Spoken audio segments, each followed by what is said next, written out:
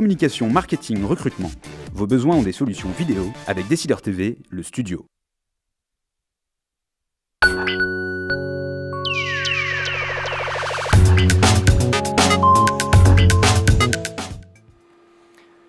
Bonjour à tous et bienvenue dans Startup, l'émission qui donne la parole aux entrepreneurs. Je vous rappelle que nous sommes diffusés sur le site internet de Décideur TV, mais également sur celui de Madines en direct et que vous pouvez ainsi poser toutes vos questions à nos invités. L'émission d'aujourd'hui va s'intéresser à l'économie collaborative, en quoi c'est une opportunité pour les entrepreneurs. C'est tout de suite dans le Talk Startup.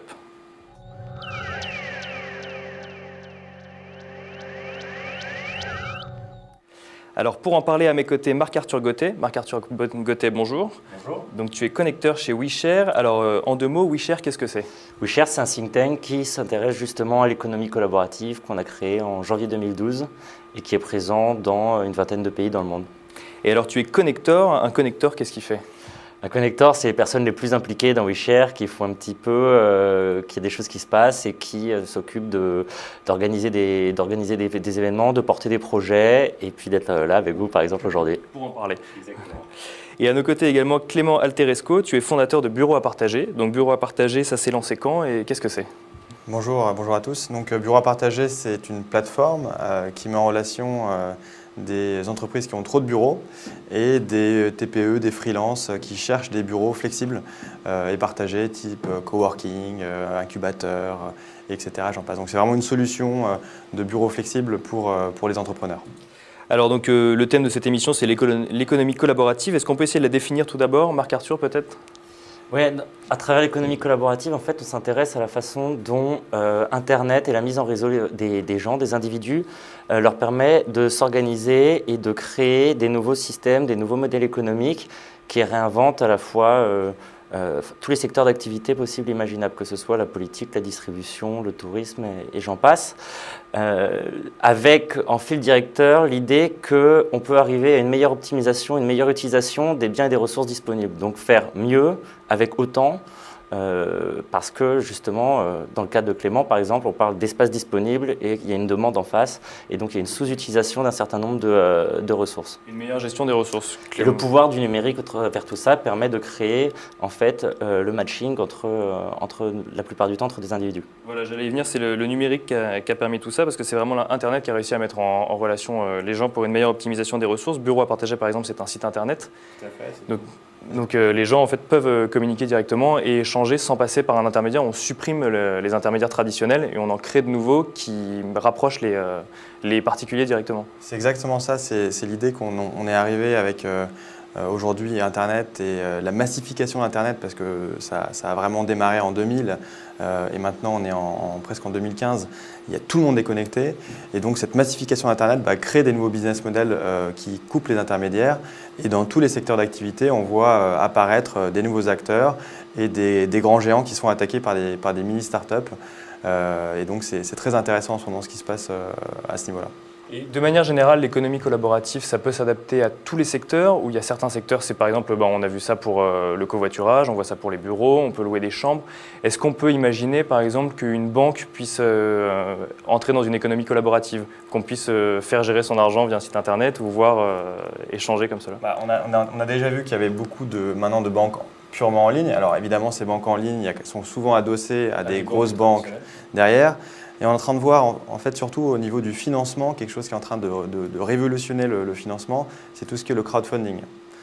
Et donc, en France, on est assez précurseur sur ce sujet. Il y a des lois qui sont en train d'être votées pour permettre à tout un chacun d'investir, de prêter à des entreprises, à des particuliers qui ont des projets. Et donc ça va permettre demain, potentiellement, d'être actionnaire de sa boulangerie, de permettre à son charcutier de lancer un... Voilà. Donc ça va redonner une dimension de financement au niveau local et un pouvoir sans intermédiaire, sans banque, de financement entre particuliers et petites entreprises. Donc on en revient en fait à la suppression des intermédiaires. Marc-Arthur, comment est-ce qu'on fait cohabiter l'économie collaborative et l'économie traditionnelle? Est-ce que les anciens acteurs voient d'un bon œil cette nouvelle économie se développer? Ça dépend lesquels, je pense. Évidemment, je ne suis pas certain que Accor regarde Airbnb d'un très bon œil. C'est en tout cas pas le cas pour les taxis avec un tas de nouveaux acteurs et ainsi de suite. Malgré tout, il y a aussi un tas de grands groupes qui sont en pleine phase de réinvention, qui sont en train de repenser leur modèle. C'est le cas chez La Poste, c'est le cas chez Groupama, c'est le cas chez Castorama par exemple. Et ça, c'est intéressant parce qu'on n'est pas vraiment des révolutionnaires chez WeSearch, c'est le moins qu'on puisse dire. En revanche, on pense qu'il y a un certain nombre de changements qui peuvent venir des acteurs déjà en place. Eux peuvent se réinventer. Ce n'est pas toujours le cas parce qu'ils se font prendre des parts de marché. Prenez l'exemple de Blablacar avec la SNCF. Mais c'est aussi un tas d'opportunités. On peut voir à chaque fois qu'il y a une menace, ça veut dire qu'il y a aussi une opportunité en face et libre à chacun d'essayer de la saisir et de prendre la... Pour rebondir sur ce que dit MacArthur, sur La Poste par exemple, et ils sont vraiment dans une stratégie de regarder vraiment tout ce qui se passe à ce niveau-là. Et typiquement, ils sont en train de démarrer une expérimentation qui est de permettre de louer leur camionnette en interne. C'est-à-dire que les postiers peuvent louer pour le week-end la camionnette qui permet de faire le courrier. Pour livrer du courrier, ce serait pour livrer autre chose? Non, c'est pour partir en week-end. Donc les postiers demain pourront louer leur camionnette de leur entreprise pour le week-end. Donc ils mettent à disposition leurs ressources pour les postiers aujourd'hui, mais demain potentiellement la Poste pourrait être comme Hertz, quelqu'un qui loue ses... Qui louera en plus ses véhicules, Exactement. en plus de proposer un service de poste. Donc les grands groupes s'y attaquent aussi. On va parler maintenant plus concrètement du coworking, donc avec bureau à partager. Concrètement, le coworking, qu'est-ce que c'est? Donc on loue un espace où plusieurs entrepreneurs se partagent l'espace pour monter leur société? Pour faire un petit retour en arrière, le coworking c'est né parce que depuis 15 ans maintenant on peut avoir des laptops. Et donc on peut bosser partout avec un ordinateur portable.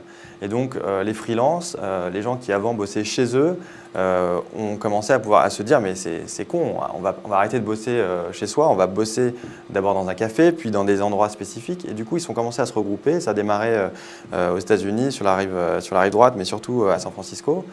Et depuis 2007, il y a des coworking qui s'ouvrent à peu près tous les mois, partout dans le monde.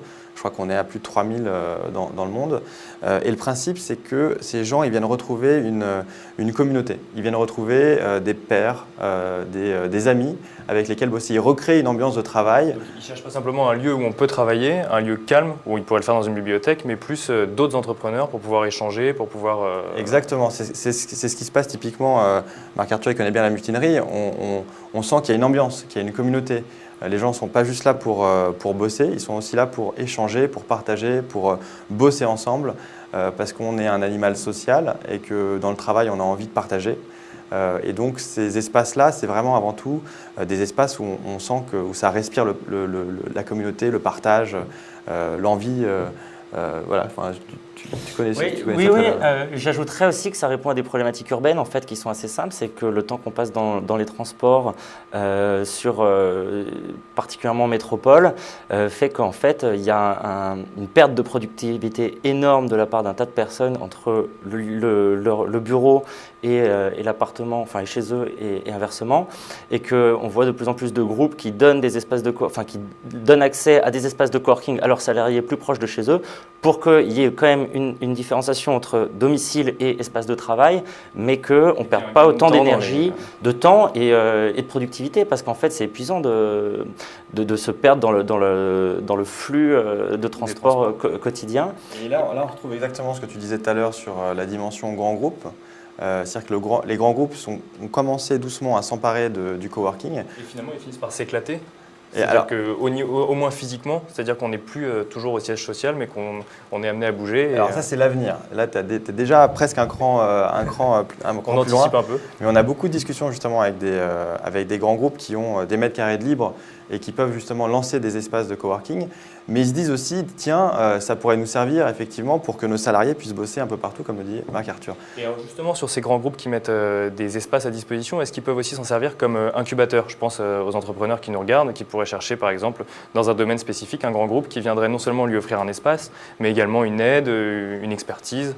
C'est le cas de pas mal de groupes en fait. Par exemple, Orange le fait avec l'Orange Fab Il y a rue de la Boétie, c'est Crédit Agricole qui va se lancer. Et ça, c'est de l'innovation ouverte. En fait, ils ont compris que parfois l'innovation, elle n'est pas forcément en interne et que le meilleur moyen d'innover, c'est d'héberger, d'être au contact d'entrepreneurs, de start-up, et que là, il peut y avoir des synergies super positives qui se créent. Et comme il y a souvent des mètres carrés qui sont disponibles, c'est finalement, en termes de logistique, pas très compliqué. Ce qu'attend un entrepreneur, la plupart du temps, c'est un Wi-Fi, un endroit où bosser, une table, une chaise et un environnement social pour pouvoir justement avoir ces interactions business. Tous les deux, vous travaillez dans des espaces de coworking? On travaille tous les deux en ce moment à la BPI France, à Drouot, au métro Drouot, qui est un incubateur qui a lancé la BPI. Et c'est un incubateur assez expérimental parce qu'ils n'avaient pas forcément vocation à le faire. Et ils se sont dit, non seulement c'est intéressant parce qu'on va héberger des startups, et ils ont quand même une vocation à le faire, mais surtout, et c'est ça qui est intéressant, c'est qu'ils mixent les startups avec les salariés de la BPI. Donc on organise des petits-déj, on organise des conférences, on fait en sorte de se mixer. Et ça, c'est très important pour un gros groupe parce que ça permet de dépoussiérer, de changer les mentalités et de comprendre aussi comment fonctionne une startup. Voilà, alors justement, j'allais y venir, c'est mon exemple est un peu basique, mais concrètement, qu'est-ce qui s'échange à la machine à café par exemple? Vous avez tous des projets différents, vous êtes tous, vous travaillez beaucoup, chacun parle de ses projets, ça permet de créer un réseau, ça permet de développer de nouveaux clients, peut-être de chercher de nouvelles idées. Il y a une complémentarité ou pas du tout? C'est très intéressant parce que c'est très difficile à mesurer. La machine à café, c'est l'endroit sacré où on va se dire tiens, en ce moment j'ai un problème avec un contrat de travail ou avec un avocat ou avec une problématique marketing. Et du coup, on en parle parce qu'on est en train de prendre un café. Et l'autre de dire mais attends, moi j'ai le même problème ou alors je connais quelqu'un qui a le même problème. On s'échange un contact. C'est très informel, mais ça marche et ça marche très bien.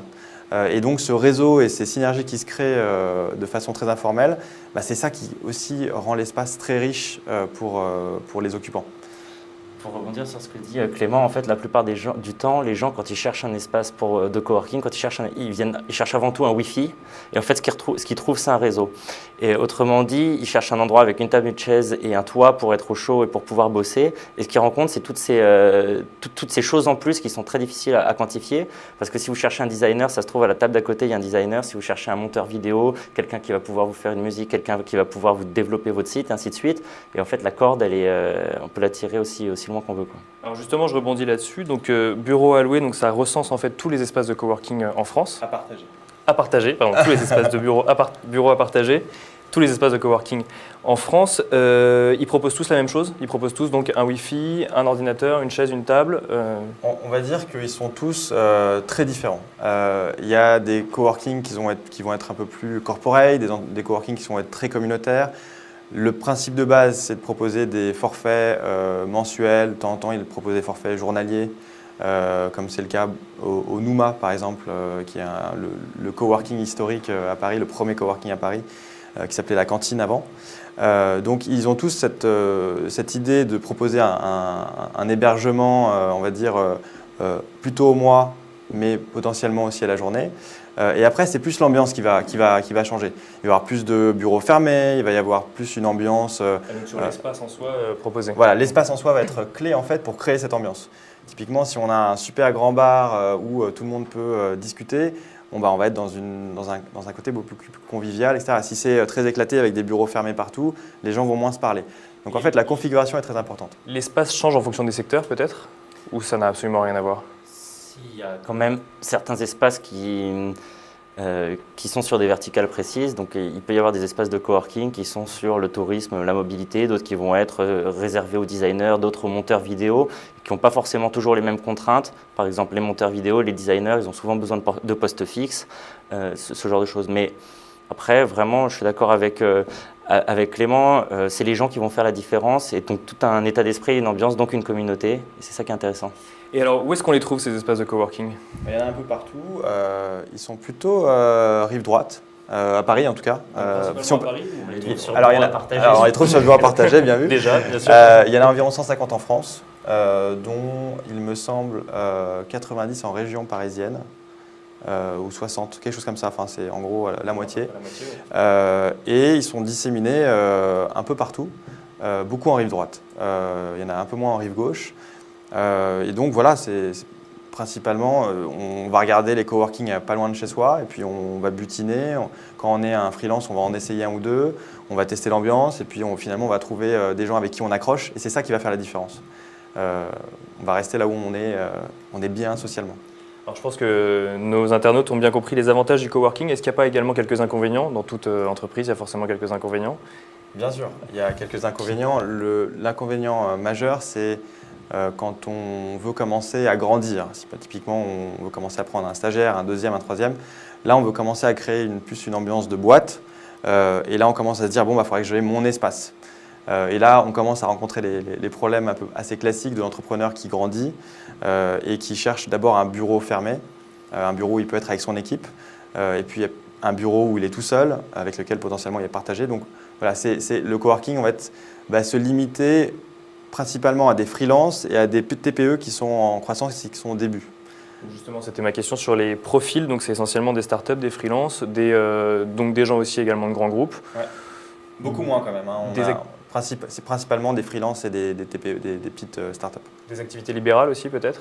Il peut y avoir un peu de tout quand même. Il y a un peu de tout, écrivain. Il y a de tout. Un écrivain, je sais qu'à la Cordée à Lyon, il y a un arbitre de foot pour vous dire qui est coworker. Donc c'est, il y a des chômeurs aussi qui sont dans les coworking, qui sont justement qui veulent sortir de chez eux et qui ont envie de phosphorer et de savoir ce qu'ils vont faire. Donc il y a vraiment de tout.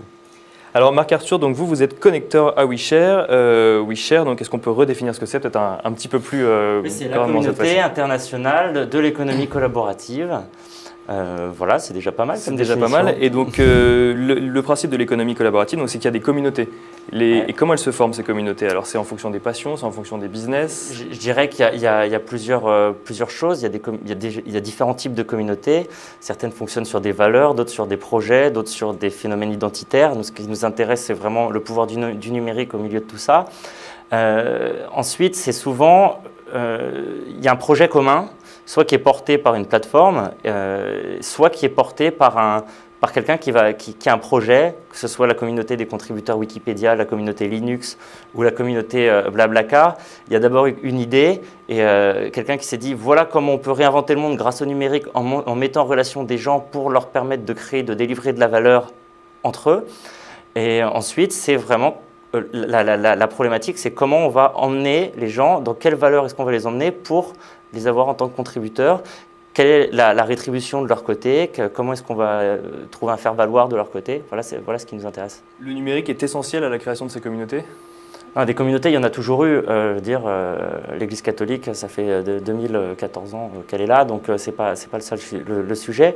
Ce qui est intéressant, c'est qu'aujourd'hui, c'est global et qu'on peut avoir des communautés de contributeurs de peut-être 200 personnes, mais partout dans le monde, et à l'inverse, voilà, et qui dépassent les frontières. En revanche, on s'intéresse quand même assez souvent au pouvoir du offline par rapport au online. C'est-à-dire qu'au bout d'un moment, quand même, les gens ont besoin d'échanger physiquement, et la plupart des communautés qu'on étudie et qu'on côtoie jouent comme ça entre les interactions online sur Internet, sur des groupes Facebook, sur des forums, sur des plateformes, et la capacité à se rencontrer, à échanger dans la vraie vie, parce que quoi qu'il arrive, quelle que soit la rapidité avec laquelle le monde se numérise, on reste des animaux sociaux, comme disait.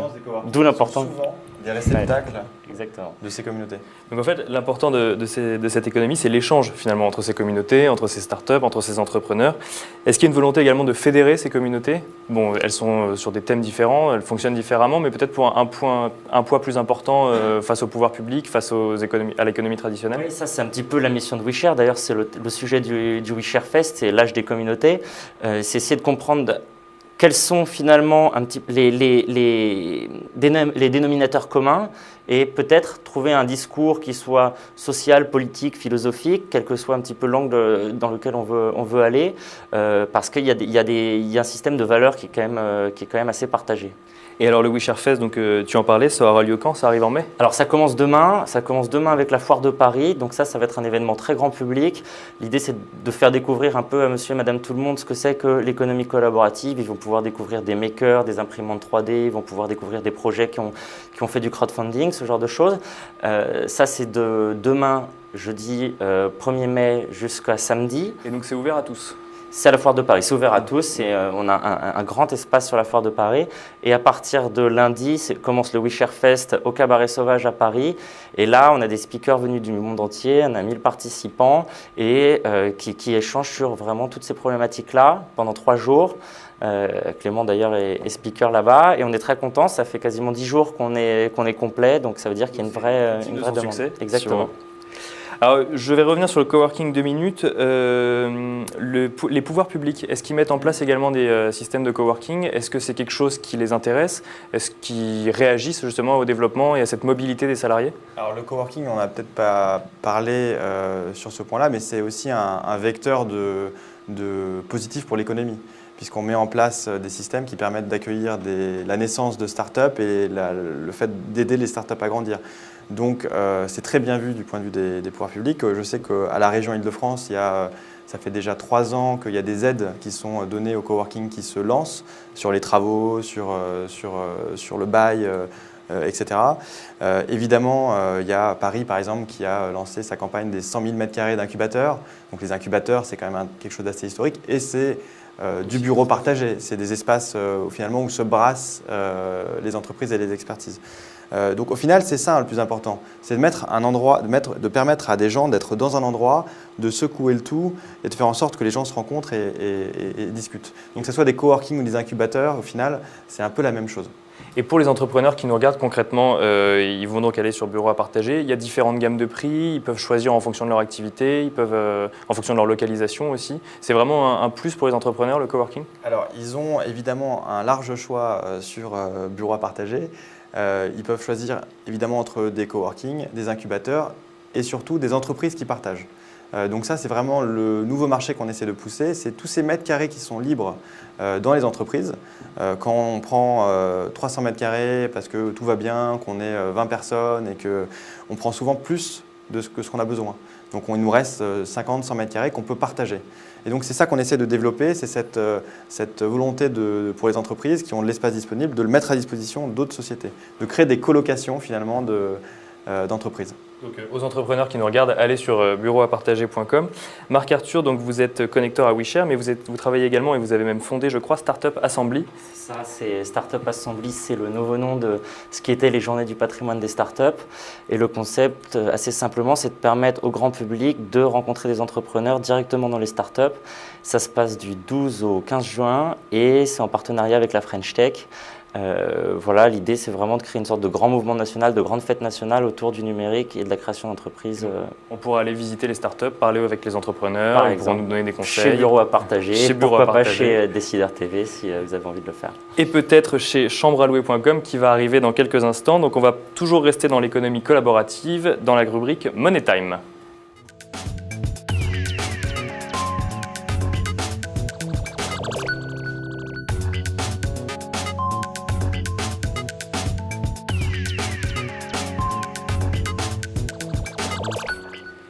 Alors nous sommes dans Money Time. Philippe de Roville, bonjour. Bonjour Nicolas. Alors vous avez fondé chambrealouer.com en 2009. Chambrealouer.com, qu'est-ce que c'est? Quel est le concept? Alors l'ambition de chambrealouer.com, c'est de mettre en relation des propriétaires et des locataires pour de la location chez l'habitant. Avec une particularité, c'est qu'on offre des types de location qui sont supérieurs à 1 mois. En moyenne, la location chez nous dure 100 jours. Et l'autre particularité également, c'est que propriétaires et locataires vont vraiment partager leur cuisine. Vous allez cohabiter avec le propriétaire, partager éventuellement votre salle de bain, etc. Donc c'est plus qu'un espace, il y a une vie en commun, enfin il y a au moins on se croise. Exactement. Indépendamment de l'avantage économique que ça peut procurer, tant pour le propriétaire qui va augmenter ses revenus, que pour le locataire qui va effectivement bénéficier d'un loyer moins important que s'il passerait par de la location classique. Il y a aussi cet aspect convivialité qui est très important. Et alors quels sont les types de locations proposées? On peut louer à la semaine, à l'année ou... Alors comme je l'ai évoqué, effectivement, on est plutôt sur des durées de moyenne et longue durée. Ce que nous, on appelle moyenne et longue durée, c'est vraiment de la location qui va durer 1 mois et plus. On peut avoir de la chambre chez l'habitant, donc là vous allez vivre chez un propriétaire. Vous pouvez avoir du logement contre service, donc c'est des personnes âgées qui vont proposer une chambre également en échange d'un loyer plutôt bon marché et éventuellement des services. Qui sont contentes donc de lutter contre la solitude, enfin d'être moins seules et d'avoir quelqu'un chez elles. Exactement. C'est quand les enfants sont partis, en fait on loue les chambres et on a un accès à la cuisine. Exactement. Quelle est la gamme de prix? Est-ce que c'est plus pour des étudiants? Est-ce que on peut aussi louer à 30 ans, je ne sais pas, pour partir 2 semaines en vacances, une chambre chez l'habitant? Oui, alors nous, effectivement, on adresse plutôt un logement bon marché. L'objectif, c'est pas de proposer du loft dans le Marais avec de super prestations et très cher. L'idée, c'est plutôt de proposer un hébergement évidemment convenable, mais plutôt bon marché. Donc vous êtes lancé en 2009, on est en 2014. Quelle a été l'histoire un peu? Ça a marché direct? Il y a eu un retour directement ou il a fallu un peu de temps pour que ça se lance? Alors, comme beaucoup de startups, il y a eu une période de bricolage. Pendant 2 ans, en fait, je continue à travailler en parallèle. Et puis, donc ça, c'était en 2009 à 2011. Fin 2011, j'ai eu l'opportunité de pouvoir réaliser une première levée de fonds auprès de Business Angel et de Love Money, enfin classique encore une fois. On avait senti qu'il y avait un bon potentiel, il y avait de l'attraction. Et puis les 2 dernières années, ça nous a permis, donc cette première levée de fonds, de structurer une équipe, d'embaucher des personnes clés, de valider notre business model. Et là, on a annoncé il y a 15 jours effectivement une levée d'1 million d'euros qui va nous permettre effectivement de notamment nous renforcer en France et également d'aller sur des marchés à l'étranger, puisque sur notre positionnement, on estime que encore une fois, pour le locataire hongrois, belge ou suédois qui a 3 mois de stage à faire à Paris, Lyon ou Marseille, on est de loin la meilleure alternative, tant d'un point de vue économique que pour rencontrer la population locale, etc. Et quel est le business model? Comment on monétise chambre? Alors en fait, nous on a 2 lignes de revenus. On a une première ligne de revenus, c'est du freemium, business model assez classique. En fait, propriétaires et locataires peuvent s'inscrire gratuitement, déposer une annonce gratuitement. Et en fait, en échange d'un pass qui peut durer 1 mois, 3 mois, 6 mois, 12 mois, ils ont accès à des services complémentaires. Et en plus de ça, c'est pour un seul logement ou avec le pass, on peut choisir d'aller dans plusieurs endroits? On peut l'utiliser de façon illimitée, tant en termes de location que côté locataire, que annonce côté propriétaire. Et après, 2e ligne de revenus qu'on a mis en place maintenant il y a un peu plus d'1 an, c'est un service de tiers de confiance où propriétaires et locataires peuvent en fait régler leurs transactions en ligne, ce qui permet à tout le monde de sécuriser sa location. On est d'ailleurs en partenariat avec Europe Assistance. Donc voilà, et là-dessus, effectivement, on récupère une commission. Tu cherches des bureaux peut-être? Alors oui, effectivement, je cherche des bureaux. Alors maintenant, nous, on est une quinzaine déjà. On va encore embaucher 5 à 6 personnes cette année. Donc on n'est plus vraiment dans du coworking. En revanche, effectivement, nous, ce qui nous intéresse, c'est de trouver des bureaux beaucoup plus grands pour pouvoir accueillir d'autres startups. Ça crée une vraie émulation. C'est ce que je fais depuis 4 ans. En fait, on a toujours eu des bureaux un peu plus grands pour pouvoir accueillir des gens et ça crée une ambiance assez sympathique et puis une vraie émulation. Donc tu confirmes ce que disaient Marc-Arthur et Clément, c'est que le coworking crée l'émulation et permet de travailler Exactement. plus efficacement et surtout de voir de manière plus générale. Marc-Arthur, Clément, un avis sur chambrealouer.com? Le concept vous plaît? Vous avez envie d'aller sur Chambre à louer? Je trouve que le concept est très intéressant parce qu'il est très démarqué par rapport à Airbnb. Puisqu'on est sur des locations longues, ce que Airbnb ne fait pas aujourd'hui, puisqu'on est vraiment sur du vacances, de la vacance. Donc je pense qu'il y a un vrai sujet. Je suis moi-même en colocation et je suis passé par les concurrents à partager qui ne sont pas très ergonomiques. Et donc je suis content qu'il y ait vraiment un service qui soit plus ergonomique qui sorte. Voilà. Moi je ne suis pas dans la cible, mais je vais en parler à ma mère parce que je pense qu'elle est plus concernée que moi. Et voilà. Mais oui, j'adore. Ouais. Et bien parfait, donc maintenant on sait où aller pour se loger, où aller pour apprendre à monter une entreprise et où aller pour trouver des bureaux. On se retrouve la semaine prochaine à la même heure pour un nouveau numéro Startup. Merci à vous. Merci beaucoup. Et à la semaine prochaine.